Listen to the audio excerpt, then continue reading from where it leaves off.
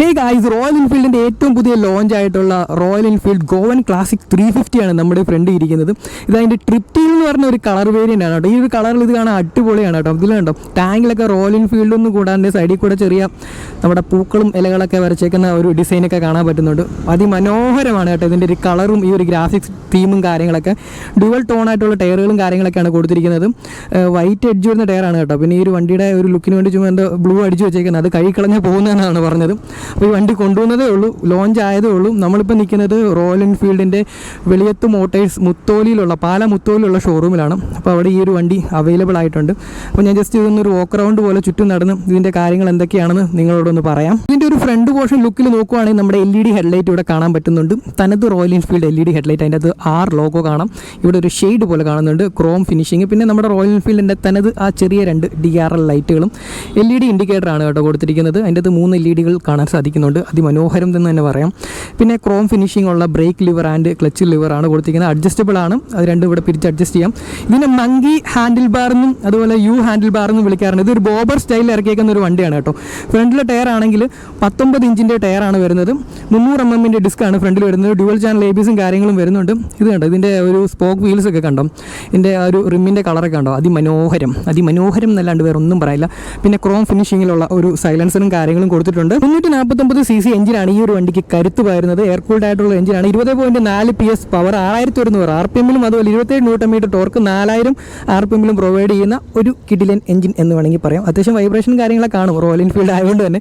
പിന്നെ റോയൽ എൻഫീൽഡിൻ്റെ കയ്യിലുള്ള ഓൾറെഡി ഉള്ള ഒരു 350 cc എഞ്ചിൻ തന്നെയാണ് കേട്ടോ, അല്ലാണ്ട് വലിയ പുതുമയൊന്നുമില്ല. ബാക്കിലോട്ട് പോവുകയാണെങ്കിൽ ട്വിൻ സസ്പെൻഷൻ ആണ് വരുന്നത്. Twin tube emulsion shock absorbers എന്നാണ് അതിന് പറയുന്നത്.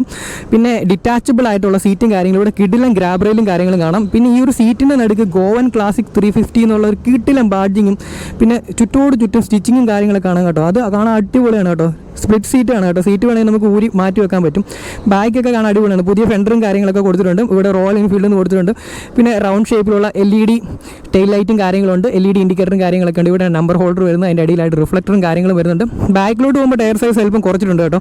16 ഇഞ്ചിൻ്റെ ടയറാണ് ബാക്കിൽ വരുന്നത്. കാണാം, കുഞ്ഞ് വട്ടം കുറഞ്ഞ ടയറാണ് കൊടുത്തിരിക്കുന്നത്. പക്ഷേ അത്യാവശ്യം നല്ല പ്രൊഫൈലുള്ള ടയറാണ് കേട്ടോ. 130 ടയറാണ്. പിന്നെ ഈ സൈലൻസർ ഇങ്ങനെ വന്നിട്ട് കണ്ടില്ലേ, ഈ സൈഡ് വാഴ വെട്ടി വെച്ചേക്കുന്ന പോലെ ഇങ്ങനെ ചിരിച്ചാണ് വെട്ടിയേക്കുന്നത്. നേരത്തെ ഉണ്ടായിരുന്ന ഒരു തനത് ശൈലിയല്ല, ഇതിലൊരു വ്യത്യസ്തത റോയൽ എൻഫീൽഡ് പുലർത്തിയിട്ടുണ്ട് കേട്ടോ.